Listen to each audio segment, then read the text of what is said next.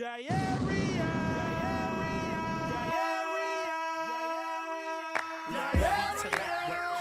that? Tell the people that Phony Water is back. Like that? Tell the people that Phony Water is back. Like that? You are tuned into the W Show on Sideline Sports Talk Network and 100.1 FM, Kansas City. Live from Radio Row in San Francisco, California. Brought to you by Gates Barbecue, the Negro Leagues Baseball Museum, Dillard Zona Rosa, the Soul of Santa, Golden Gate Funeral and Cremation Services, and Wood Nissan.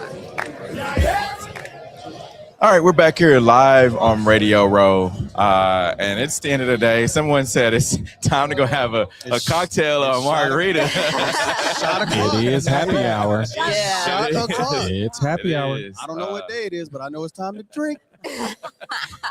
All right, we appreciate you guys sticking around, watching, hanging out with us all day. We know it's 6:47 in Kansas City. Almost dinner time, but we have some amazing guests that are joining us. How are you guys doing today? We're doing great. Mr. and Mrs. Owens. Not yet. Not yet. Okay. You can't spill the tea. Can't spill the tea. Okay. Can't spill the tea, not yet. All right. How are you guys doing? Great. I know I talked to you, Mel, earlier about your dad playing in the Negro Leagues. That's right. Talk about that. Well, back when my dad was playing, he was a great baseball player, right? But they wouldn't there was, no opportunities for black players to play in the major leagues, right? True. At the time. So my dad played a lot of sandlot ball, but back then that was like really, really good baseball. Mm-hmm. So he was young, so he would go play in the Negro Leagues, and a lot of barnstorming, and they'd go from team to team. Detroit Stars, because I'm from Detroit, he's from Detroit, and I saw your the Indianapolis Clowns, and my dad played for them too, and faced Satchel Paige. And I saw that, and we actually took a little selfie yesterday here. I'm coming back. I want to talk to these dudes. Yeah. Well, thank you for coming back. Yeah, and you, of course, you played in the NFL as well. Yeah, I went to the University of Michigan, played there first, and then I was drafted in the first round by Los Angeles Rams in 1981. And what's it mean to be back here amongst all of your peers? This is my third or fourth media row, radio row. It's overwhelming because we know what the game means, but this is the place where all the information comes from. Mm-hmm. They've opened it up and put people in place to promote the game. And, to me, this right here is the Super Bowl. Yeah, most definitely. Mm-hmm. It really is. To me, it is. I mean, the game is the game, of course. You can watch the game on TV. You can't watch this on TV. No, you can't. No. Not this atmosphere. You can't. Sure. And it's electric. Yeah, definitely. I'm interested in hearing the story of your dad going against Satchel Paige, because you hear all these what they call tall tales. There's always tall tales. Yeah, like somebody came on and said that Josh Gibson hit a home run in Pittsburgh, and when they went to go play against the other team, it flew down and caught, and he was out from yesterday home run. So I want to hear one of those stories. Well, the stories change every time I hear it, but Satchel at the time, I think, was near the end of his career. So he's like 75 years old. 75, 80. Right? But the thing is, Satchel would play with every team. He just played to play, right? And at the end, I think, of his career, they were actually paying him to make appearances to play because he was the draw. Mm-hmm. And but back then, everybody would always play no matter what. Even when I was a kid, we'd go play at Northwestern High School in Detroit. My dad ran the program. I'd be in like 6 or 7 different teams, right? So he's just playing to play. Yeah. Nowadays, it's all specialized, and you can't transfer and all that kind of thing. But, as a youth player. But back then, you played to play. And, if you wanted to play and everybody's trying to get work and get a job and try to promote themselves, they'd go play anywhere. Yeah, definitely. Talk about this. Really just playing for the Rams at that moment in time in the 80s, because right in the 80s you played with Eric Dickerson, or was he after that? No, I came in 81. He came in 83. Yeah. Okay. I played with him. Yeah, I played with him and against him. Yeah, definitely. Talk about those teams, because Eric Dickerson was that guy that really ran the ball ferociously. Okay, I'll tell you a story. So You guys remember Deacon Jones? Yeah. Okay. With the head slap. Oh yeah, so Deacon Jones was my favorite player growing up. I'm from Detroit, and the Rams were my favorite team, and I loved Deacon Jones. And then when I got to the Rams, I was associated with Deacon Jones and all the other guys. So there's all, and Eric Dickerson plays a lot of golf, and Jim Brown plays a lot of golf. And some odd reason there's a feud between like Eric and Jim about who is the greatest running back of all time, right? He's like Jim in his day was like the guy, right? Yeah. And then Eric in his day he was the guy. And everybody's like, and they played golf together. It was like a little beef. And they were like, it was Jim Brown's tournament and Eric was there. Then all the fellows got together at the end of the, golf tournament and had dinner. And, they're going back and forth and Eric wasn't going to be on stage with Jim. It was Jim's tournament. And Deacon goes, look, man, he goes, I'm going to settle this once and for all.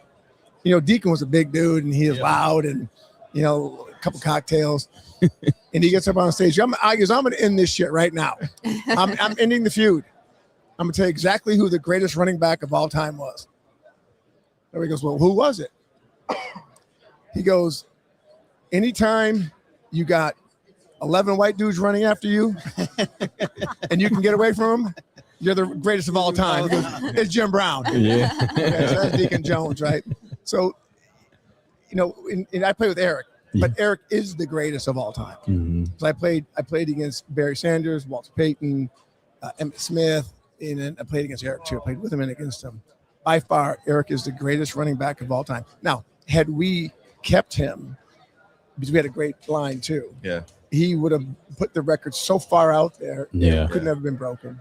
What was that experience like in the 80s with everything going on with the National Football League trying to increase games and branching out to different countries like Paris? I think the Rams. I played in 3 foreign games: Japan, Germany, and England. And because we were always, for some odd reason, the team that said, "Hey, we'll go play overseas." And in those years, it wasn't tumultuous, but it was a lot of acrimony between the players and the owners, because we didn't have free agency, right? And so we weren't getting paid, and it's ridiculous. Every other sport had free agency but us, so we went on strike 2. I went on strike 2 years, 82 and 87. 87 they brought in the scabs to play, right? And so then what we did is we dissolved the union. And I saw DeMaurice Smith here earlier. He did an interview right over here. Okay. So, and he was the guy. Well, I think he was the guy later on, 87. No, it was Gene Upshaw when I was there. And Gene was sort of like, he's a powerful guy, in the union, but he got to be a little more corporate. But the players would never stick together. And, guys were crossing the picket line but we dissolved the union and it evolved into like called it Plan B. Some guys were free agents. Then we won the lawsuit. Then they put the union back together. And then with the new collective bargaining agreement, there was free agency. Then you had the first $1 billion TV contract. Then that was critical mass. You had free agency meets TV contract. It blew up. So back when I played, there was no free agency. So you're at the whim, there was no bottom to the salary. The guys were making $26,000 a year. It's ridiculous. Like the rookie minimum now I think is $800,000 or something, right? So that was a little bit different era. But I'm not mad at those. The players are, they make their money, man. I'm happy for them. I had my time. And you I don't know, you're known as the Golden Bachelor. Yes, the Golden Bachelor. Can we talk about that? Yeah, let's talk about it. Okay.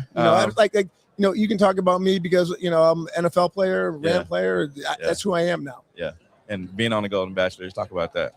Well, it's it was a unique experience, and it was the premise is to find the love of your life. Sure. And I did. Yeah. And here's pay. Congrats. Right. And that's it in a nutshell, basically. Right. But it was a great experience.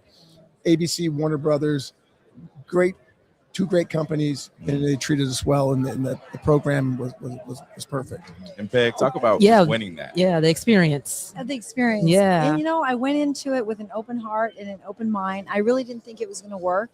And my girlfriend from high school, my best friend, she's the one that signed me up for it. And I just, I had a lot of reservations going on to the show because who wants to put themselves out there on national television, right? Yeah. Especially when the heart's involved. Yeah, right? yeah. It's hard enough in real life, and now you've got to put it out there for everybody.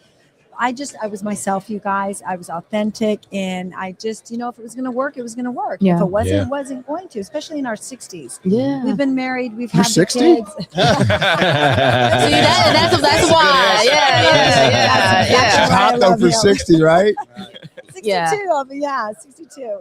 So I just, it was a really, I just kind of trusted the process, and if it was going to work, it was going to work, and it did. Yeah. And I was surprised, to be honest with you. I was really shocked. I'm like, damn, Yeah. it's working. So Yeah. I'm guessing Yeah. that best friend is going to be the maid of honor. Yeah, she is. I wish my love best that. friend would do something like that. Yeah. My best friend doesn't sign me up for nothing. Well, looking right at you then. yeah. Well, with the Valentine's Day coming up, so love is in the air. This is the love season. What would you say to those who, maybe in their later years, they're wanting to step out again and find love?